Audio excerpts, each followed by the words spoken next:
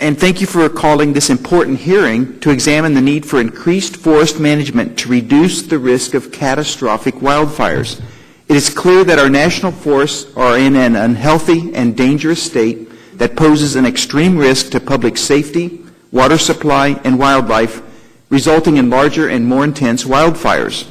This year marks the second consecutive year that my home state of Colorado and my congressional district has experienced record-setting fires in terms of property lost in a single wildfire. Last year, the Waldo Canyon fire destroyed 347 homes and killed 2 people. This year, the Black Forest fire tragically claimed about 500 homes and 2 lives. I could see the fire, the smoke from my house, and you could tell when it was burning wood because it was white smoke, and you can tell when a house was going up in flames because it would be black smoke. A tragedy. Since the beginning of the year, there have been however, the community has really come together, and I think that that's one silver lining on the cloud. Since the beginning of the year, there have been more than 25,000 fires across the country. Currently, 22 active large fires are burning across 11 states. These have burned a total of 1.9 million acres. Last year's fire season burned a total of 9.3 million acres, the third worst fire season on record for acreage.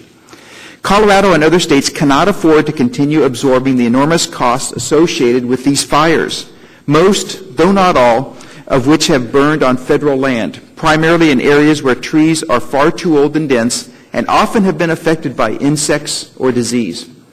Poor forest condition is one of the primary factors that have led to destructive wildfires and catastrophic insect and disease outbreaks. It is widely recognized that management of our forest resources has not kept pace with the ever-increasing need for restoration. Decades of failed policies with respect to active forest management have created unhealthy and overstocked forest conditions, placing 73 million acres of national forest land and 397 million acres of forest land nationwide at risk to severe wildfire. The soaring annual federal budget, federal costs of managing catastrophic wildfires comes at the expense of land management activities that create jobs, the funding for rural schools, and the improvement of forest health. Currently, the Forest Service, an agency that once managed millions of acres and averaged over $1 billion in revenues annually, now spends $2 for every $1 it produces and spends half of its appropriated budget on wildfire suppression. A great deal of research, including research conducted by the Forest Service, indicates that active management, which produces valuable timber, can help reduce fire threats while meeting a wide variety of restoration goals. Active forest management and timber harvest have been shown to have multiple long-term benefits. Despite these findings, one of the main reasons for the declining health of our forests is a lack of long-term and affordable timber harvest access caused by litigation. This is in large part due to preservationist organizations using federal statutes like the Endangered Species Act and the National Environmental Policy Act as tools to litigate and prevent timber harvesting. Further, the Forest Service's own research highlights that the agency is only able to access less than 25% of the suitable timber base for forest management and fuels treatment due to regulatory and legal constraints.